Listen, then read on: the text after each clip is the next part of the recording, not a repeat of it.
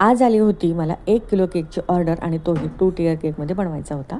इथं batter OTGमध्ये bake करायला ठेवलं आणि काही सामान नव्हतं माझ्याकडे केकचं, मग ते आणण्यासाठी बाहेर निघाले. तर इथं केक मटेरियल शॉपमध्ये पोहोचले. पायनॅपलचा क्रश घेतला, चोको चिप्स घेतले.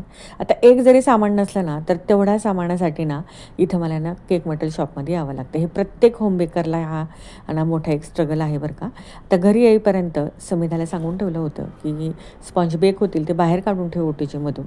मी येईपर्यंत हे बेकही झाले होते आणि थोडेफार थंडही झालेले होते. आजच्या या केकचा फ्लेवर हा युनिक आहे, चोको पायनॅपल फ्लेवर. रेसिपी पाहायची असेल तर आपल्या चॅनलवर ऑलरेडी मी अपलोड केलेला आहे लाँग व्हिडिओ. लिंक मी खाली देते, नक्कीच चेकआउट करा. तर आजचा हा बटरफ्लाय थीम केक होता आणि हा 1 किलोचा केक बनवण्यासाठी मी कुठले टिन वापरले याची सर्व डिटेल माहिती मी या लाँग व्हिडिओमध्ये सांगितलेलं आहे. नक्कीच जाऊन चेकआउट करा. छान असा हा बटरफ्लाय केक मी तयार करून घेतला. असेच केकच्या छान छान डिझाईन बघायचे असतील तर चॅनलला सबस्क्राईब करायला विसरू नका. बाय.